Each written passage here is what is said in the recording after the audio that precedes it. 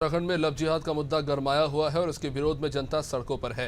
राज्य के कई शहरों में लव जिहाद के खिलाफ विरोध प्रदर्शन जारी है। अब धामी सरकार भी एक्शन लेने पे तुली हुई है। पुलिस प्रशासन को लव जिहाद के खिलाफ कड़े कदम उठाने के निर्देश दिए गए हैं।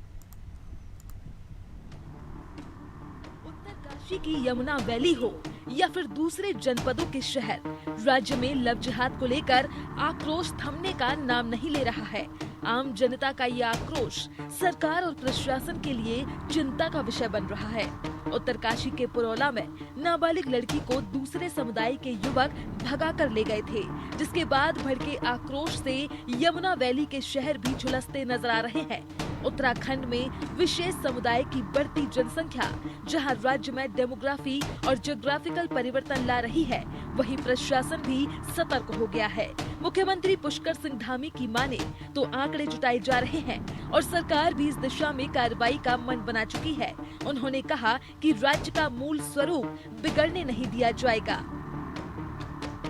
उसका आकलन कर रहे हैं, उसकी तैयारियां हो रही हैं, पूरा होमवर्क चल रहा है और होमवर्क होने के बाद उत्तराखंड के अंदर देखिए, हमने बार बार कहा है, उत्तराखंड का जो मूल स्वरूप है उसको वो मूल स्वरूप उत्तराखंड का खराब ना हो, उसके लिए जो भी सख्ती होगी और जो भी गड़बड़ी करने वाले लोग हैं उनको हमारा यहाँ का कानून, यहाँ की जो विधि व्यवस्था है उसके अनुरूप सख्ती से उन पर कार्रवाई होगी।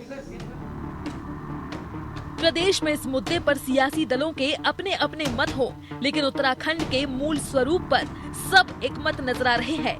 बीजेपी जहां अपनी सरकार की पीठ थपथपा रही है, तो वहीं कांग्रेस बिगड़ती कानून व्यवस्था को लेकर सरकार को कटघरे में खड़ा कर रही है।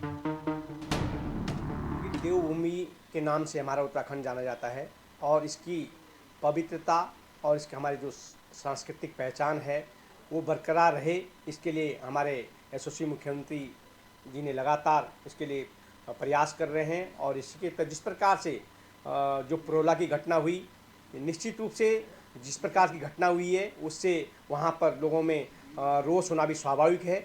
और जिस प्रकार से हमारी सरकार के द्वारा लैंड जिहाद और लव जिहाद के खिलाफ सख्ती के निर्देश दिए गए हैं कि इस प्रकार की पुनरावृत्ति, इस प्रकार की घटनाएं न हो, इसके लिए सरकार ने भी कड़ा रुख अख्तियार किया है। और मुझे लगता है कि भविष्य में इस तरह की घटनाएं हमारे पहाड़ी जैसे क्षेत्रों में नहीं होंगी, क्योंकि सरकार पूरी तरह से ऐसे क्रियाकलापों के खिलाफ सख्ती से निर्देश दिए गए हैं। कुछ लोग लेकिन हल्की राजनीति के लिए लड़ाने का काम, मतभेद पैदा करने का काम, कुछ जानबूझ करके मुसलमान लड़के हिंदू लड़के ऐसा कुछ लोग कर रहे हैं, कुछ करते हैं इस तरह का। अलग बड़े दूसरे लोगों का ज़्यादा संपर्क न होता, लेकिन ऐसा एक माहौल बन रहा है, उससे बहुत वातावरण दूषित होता जा रहा है। ये नहीं होना चाहिए, किसी भी गलत है तो गलत है। और सरकार को एक बड़ी जिम्मेदारी के साथ जो अभी भी सारी नदियों में बाहर के लोग आकर बसते जा रहे हैं, माफियाओं के आड़ में कोई किसी को कहीं बसा देता है, वो फिर मालिक हो जाते हैं। हम 10 साल हो गए, 20 साल हो गए, 30 साल हो गए। इस परंपरा को रुकना चाहिए। देवभूमि बहुत कलंकित हो चुकी, बड़ी बदनाम हो चुकी है। इससे सरकार को भी सावधान होकर के कदम उठाने चाहिए और हम लोगों को सांप्रदायिक सौहार्द बनाने के लिए ऐसा जहर न घोलें कि यहाँ कोई परिणाम बड़े दूषित निकले, इसमें फिर समाज को रोकना मुश्किल हो जाए। ये स्थितियाँ नहीं होनी चाहिए। हम सबका सम्मान करते हैं, सबको एक दूसरे का भाईचारा, शादी ब्याह, रिश्तेदारी सब होती है। वो माहौल यहाँ खराब नहीं होना। कुल मिलाकर लव जिहाद का मुद्दा इन दिनों नेशनल इशू बन चुका है। बीजेपी शासित राज्यों में सरकार एक्शन के मूड में है। सीएम धामी के बयान से यह जाहिर भी हो गया है, लेकिन विपक्षी दल इसे चुनाव से जोड़कर बीजेपी को घेर रहे हैं। उत्तराखंड में लगातार सामने आ रहे लव जिहाद के मामलों ने सरकार की चिंता बढ़ा दी है। सरकार के मुखिया ने अब आंकड़े जुटाने की बात कही है, तो जाहिर है मामला गंभीर है और जब आंकड़े सामने आएंगे तो ये दूसरे राज्यों के लिए भी सबक होगा। देहरादून से अनादि टीवी के लिए सोनू सिंह की रिपोर्ट।